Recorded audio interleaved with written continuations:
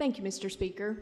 This morning, let's celebrate an important element of Kentucky's African American history, a 55th District gem, the birthplace of freedom for many here in Kentucky. In 1863, the United States Army established Camp Nelson as a fortified base and supply depot. Camp Nelson evolved to include a hospital and refugee camp as the Civil War raged and Union supporters fled other states. This military camp quickly grew to become a massive recruitment and training center for African American soldiers serving in the Union.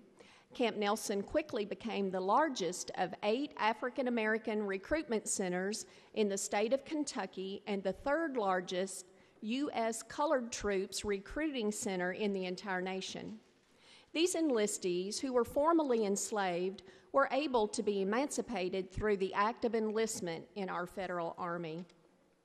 African American troops from Camp Nelson took part in a number of important engagements and battles throughout the war.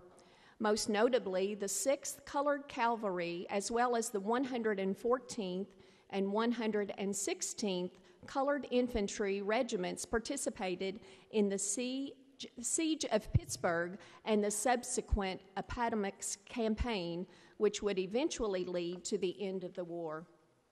After the dust settled, Camp Nelson was used as a center to distribute emancipation papers to the formerly enslaved population of Kentucky. By the time the 13th Amendment was ratified, more than 10,000 African American formerly enslaved men became soldiers there. Mr. Speaker, last year, Camp Nelson celebrated its 160th anniversary of its founding. For these many years, this historic treasure has stood as a national monument and a testament to the men who served there and all who sought refuge within its grounds.